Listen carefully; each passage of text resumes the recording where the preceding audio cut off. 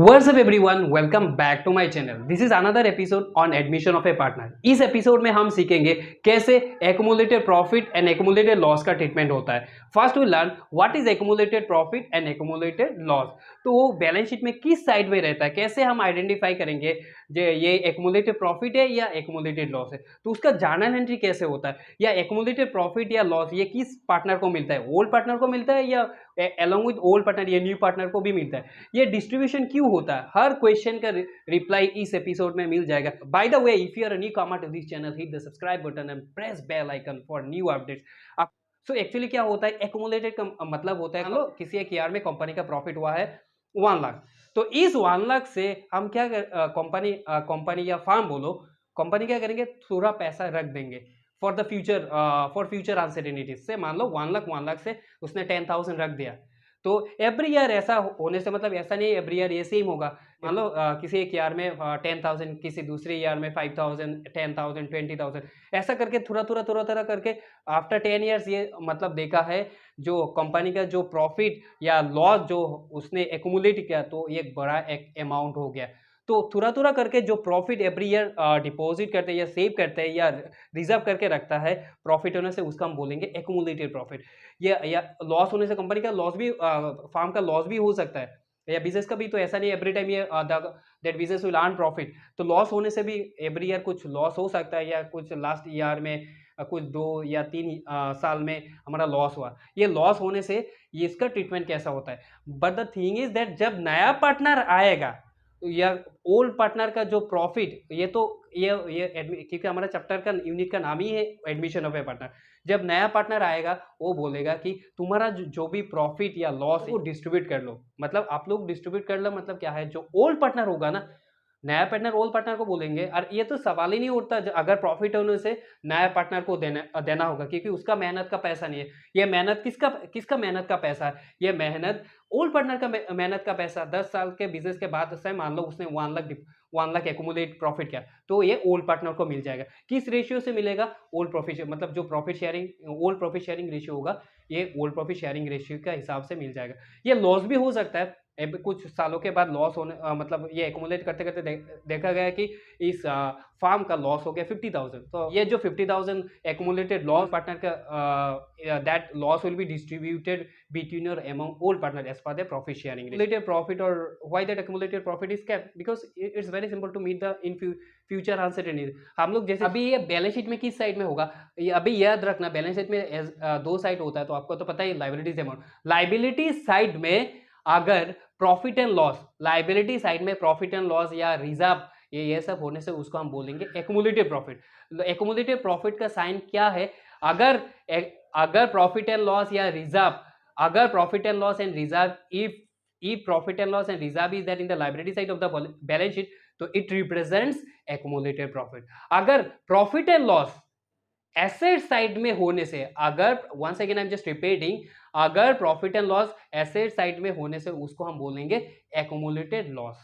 ठीक है, accumulated profit जब बैलेंस शीट का लाइबिलिटी साइड में प्रॉफिट एंड लॉस रिजर्व होने से उसको हम बोलेंगे एक्युमुलेटेड प्रॉफिट. बैलेंस शीट का लाइबिलिटी साइड में होने से हम बोलेंगे इससे, बैलेंस शीट के एसेट साइड में प्रॉफिट एंड लॉस होने से उसको हम बोलेंगे एक्युमुलेटेड लॉस.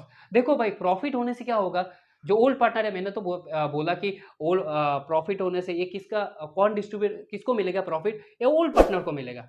तो सिंपल थिंग इज दैट ये हमारा कॉमन सेंस अप्लाई करना होगा. जो हमारा प्रॉफिट होगा ना, प्रॉफिट डिस्ट्रीब्यूट होने से क्या होगा, कैपिटल तो इंक्रीज होगा ना, जिसका मतलब ओल्ड पार्टनर का जितना भी कैपिटल था उससे और कुछ एक्स्ट्रा मिलेगा. प्रॉफिट मतलब क्या है, ज्यादा पैसा, मतलब जमा किया है तो उससे डिस्ट्रीब्यूट होगा. तो प्रॉफिट जब डिस्ट्रीब्यूट होता है क्या होगा, कैपिटल इंक्रीज होता है. प्रॉफिट जब डिस्ट्रीब्यूट होता है क्या होता है, प्रॉफिट जब डिस्ट्रीब्यूट होता है कैपिटल इंक्रीज होता है. तो कैपिटल इंक्रीज होने से क्या होगा, कैपिटल इंक्रीज होने से क्रेडिट होता है. तो थिंग इज दैट उसका जर्नल एंट्री कैसा होगा, से रिजर्व इज देयर, से या प्रॉफिट एंड लॉस बोलो, profit and loss, I am writing PL account और से रिजर्व, यार ये ऐसे, और general reserve, simply I am just writing simply reserve. So how can you identify if profit and loss and reserve it is there in the liability side. So we'll just simply write, उसका item हम लिखेंगे जिसका भी जो भी profit and loss या reserve होने से. तो first will write profit and loss और रिजर्व अकाउंट डेबिट टू, मान लो 2 पार्टनर है, to A's capital account to A's capital account to B's capital account, ठीक है। कैसा ट्रीटमेंट होगा, to A's capital account to B's capital, मान लो here the it is 10 K and profit sharing ratio that is accumulated profit या loss ये 10,000 है, से for example here it is 10,000, तो ये जो 10,000 यहाँ है तो उसको हम डिस्ट्रीब्यूट करेंगे, तो profit sharing ratio just we are considering ये प्रॉफिट शेयरिंग रेशियो इक्वल है, तो इक्वल मतलब ये 5 के मिल जाएगा, ठीक है।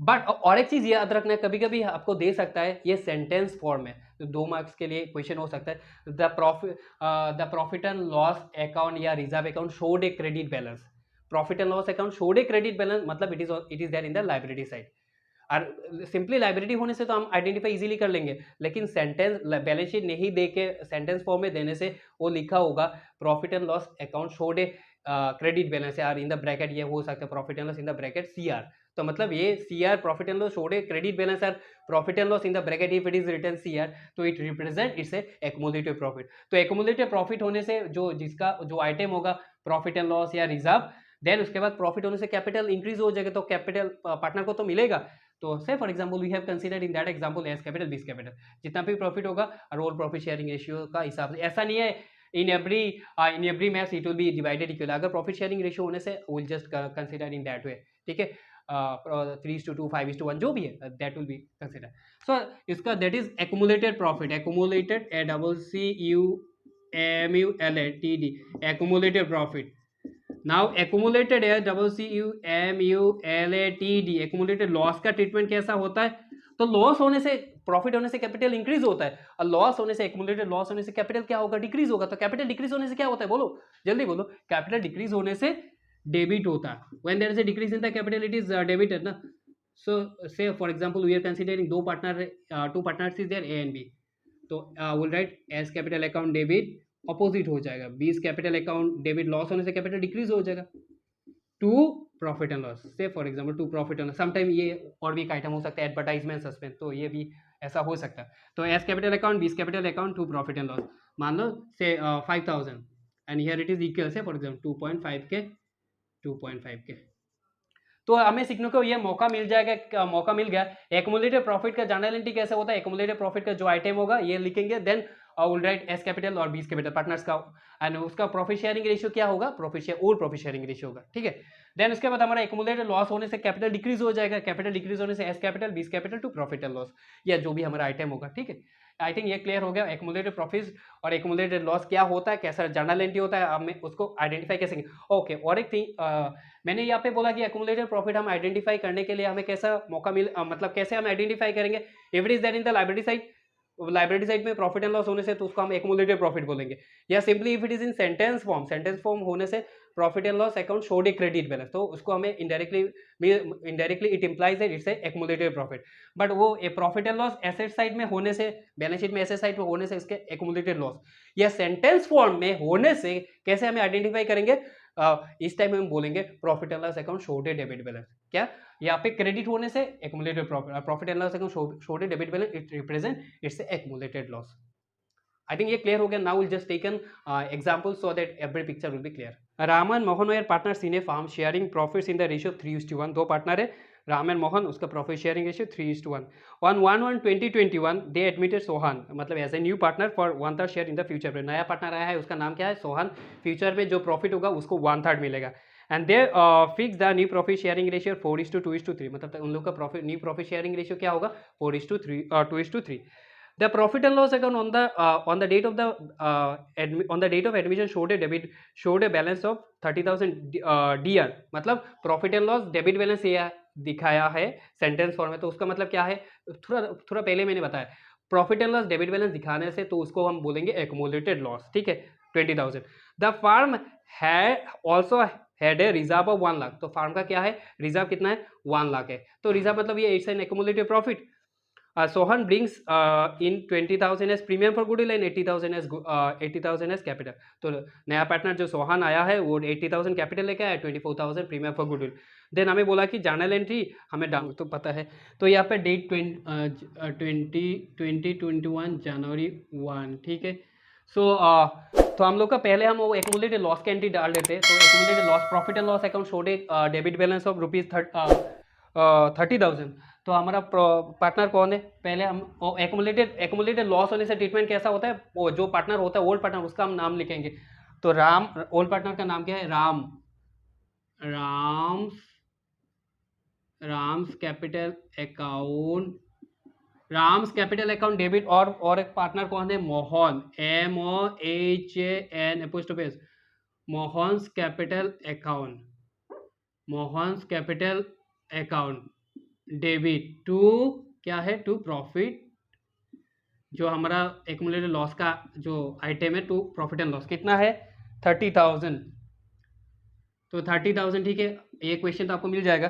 तो 30,000 हमारा किस रेशियो तो डिवाइड करना है, तो 30,000 को हमें ओल्ड प्रॉफिट शेयरिंग रेशियो, ये जो एक्युमुलेटेड प्रॉफिट या लॉस होता है तो उसको हम किस रेशियो से डिवाइड करते हैं, हमारा ये डिवाइड होता है ओल्ड प्रॉफिट शेयरिंग रेशियो। तो ओल्ड प्रॉफिट शेयरिंग रेशियो 3:1 है। तो 30,000 को 3:1 मतलब 30,000 इंटू 3/4, तो 22,000 कैलकुलेट करने से मिल जाएगा 22,500, और ये हो जाएगा 7,500। तो हो गया। देन हम तो नरेशन लिख पाएंगे। देन हमारा क्या है, द फार्म जो रिजर्व है ना 1 लाख, तो एक्युमुलेटेड प्रॉफिट है। तो रिजर्व अकाउंट डेबिट, ये एक्युमुलेटेड प्रॉफिट होने से क्या होगा entry, reserve account debit to Ram's capital account to Mohan's Mohan's capital account. तो कितना है हमारा, ये 1 लाख है, ठीक है 1 लाख है। और हमारा सेम 3:1, तो 3:1 में डिवाइड करने से 75,000 हो गया, और यहाँ पे 25,000। तो हमें नरेशन लिखना होगा, बीइंग एक्युमुलेटेड या reserve distributed between Ram and Mohan in the ratio of 3:1, ठीक है हो गया। फिर नया पार्टनर आया है सोहन ने क्या लिया, कैपिटल 80,000 और प्रीमियम फॉर गुडविल 24,000। तो simple, so we'll just generally will prefer bank, so bank account debit to new partners capital account to new partner मतलब सोहन, SOHAN, सोहान्स कैपिटल अकाउंट, ठीक है। और क्या है, प्रीमियम फॉर गुडविल, यार प्रीमियम फॉर गुडविल अकाउंट, ठीक है। तो ये कितना है 80,000, और ये हमारा क्या है 24,000। तो इन टोटल हमारा क्या हो जाएगा 1,04,000। ये तो हमने नेक्स्ट एपिसोड, सेकेंड एपिसोड में हमने लास्ट एपिसोड में हमने सीख लिया, जब नया पार्टनर कैपिटल या प्रीमियम लेके आते हैं तो उसका ट्रीटमेंट कैसे होता है। तो bank account debit to Sohan's capital to premium for goodwill. अभी हम क्या करेंगे, प्रीमियम फॉर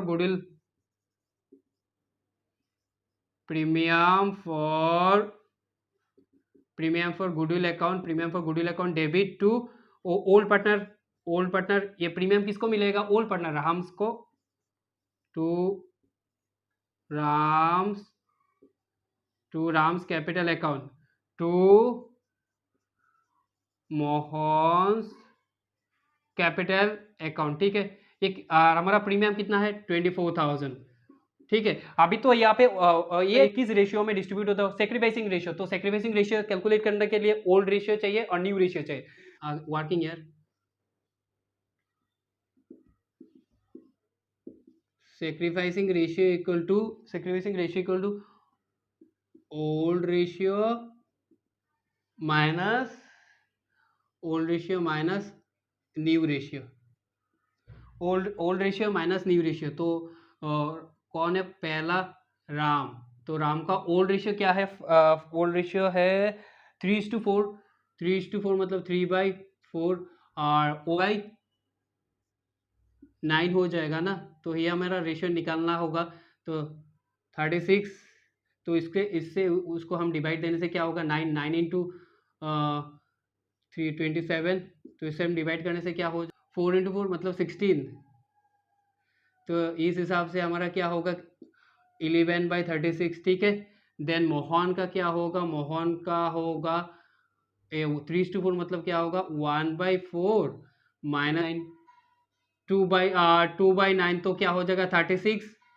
तो इससे हम वो कैलकुलेट करने से क्या हो जाएगा 9, ये हो जाएगा 4 8, तो मतलब 1/36। तो इस हिसाब से राम इज टू मोहन लिखने से हमारा रेशियो क्या हो जाएगा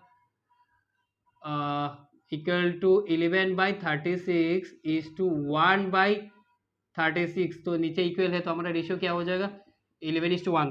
तो 24,000 को 11:1, 24,000 इंटू 11/12, ये हमारा क्या हो गया सेक्रीफाइसिंग 11:1। तो 24,000 को 11:1 में डिवाइड करने से तो 24,000 इंटू 11/12, तो इससे हो जाएगा 22,000। तो मोहन्स को, क्योंकि उसने ज़्यादा सेक्रीफाइस किया, उसको ज़्यादा पैसा मिलेगा, तो राम को मिलेगा 22,000, मोहन्स को मिलेगा 2,000। तो ये हमारा डिस्ट्रीब्यूशन हो गया, ठीक है। तो हमने यहाँ पे किया, सीखने को मौका मिला, या क्या सीखने को मौका मिला, एक्युमुलेटेड प्रॉफिट एक्युमुलेटेड लॉस का कैसे हमने एंट्री डाला, एक्युमुलेटेड प्रॉफिट का कैसे एंट्री डाला, जब नया पार्टनर कैपिटल लेके आते हैं प्रीमियम फॉर गुडविल लेके, तो उसका कैसे ट्रीटमेंट होगा हुआ। देन उसके बाद हमारा जो प्रीमियम फॉर गुडविल हुआ, ये हम सेक्रीफाइसिंग रेशियो कैसे कैलकुलेट करते हैं, देन उसके बाद कैसे डिवाइड करते हैं। So this is all about today discussion. I hope you will like it and thank you for watching. जय हिंद।